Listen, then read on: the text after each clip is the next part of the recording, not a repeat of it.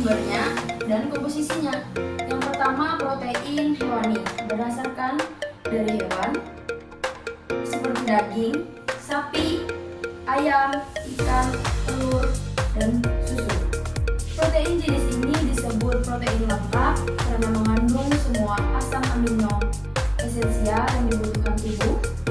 Asam amino esensial adalah asam amino yang tidak dapat dibuat oleh tubuh dan harus didapat dari makanan. Dan yang kedua, protein nabati berasal dari tumbuhan. Misalnya tahu, tempe, kacang kedelai, kacang hijau, dan biji-bijian.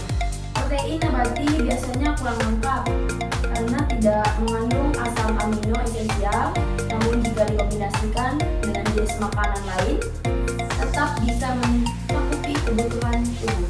Yang selanjutnya, berdasarkan komposisinya. Yang pertama, protein sederhana, hanya tersusun dari asam amino saja, contohnya albumin, globin, dan keratin. Yang kedua, protein kompleks.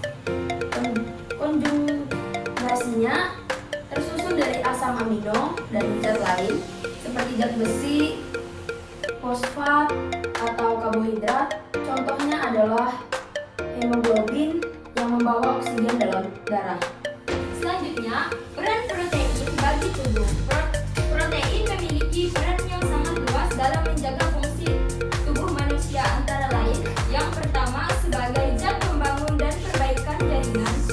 Setiap kali kita mengalami luka, cedera, dan pertumbuhan, tubuh memerlukan protein untuk memperbaiki dan membentuk jaringan baru. Yang kedua, membentuk enzim dan hormon. Enzim membantu mempercepat reaksi kimia dalam tubuh, sedangkan hormon seperti insulin dan adrenalin juga berasal dari protein. Yang ketiga, sebagai sumber energi cadangan. Jika asupan karbohidrat dan lemak tidak mencukupi, tubuh akan memecah protein menjadi energi. Yang keempat, membentuk antibodi. Antibodi adalah protein yang berfungsi melawan infeksi dan menjaga sistem kekebalan tubuh. Yang kelima, mengatur keseimbangan cairan dan pH tubuh. Protein membantu menjaga tekanan osmotik darah dan keseimbangan asam basa agar tubuh tetap stabil. Tanpa protein, tubuh bisa mengalami berbagai gangguan seperti otot melemah, rambut rontok, kulit kering, atau daya tahan tubuh menurun. Selanjutnya, sumber-sumber protein. Protein bisa didapat dari berbagai bahan makanan, baik hewani maupun nabati. Sumber protein hewani yang pertama, daging ayam, sapi, ikan, telur, susu, keju, dan yogurt. Protein hewani biasanya memiliki nilai biologis tinggi karena kandungan asam aminonya lengkap. Sumber protein nabati ada tahu, tempe, kacang tanah, kacang kedelai, lentil, edamame, dan biji-bijian seperti chia seed atau quinoa. Untuk vegetarian atau vegan, kombinasi beberapa bahan nabati bisa menghasilkan protein yang seimbang. Tipsnya, usahakan mengonsumsi kombinasi protein hewani dan nabati agar kebutuhan gizi lebih optimal. Selanjutnya, yang terakhir atau penutup.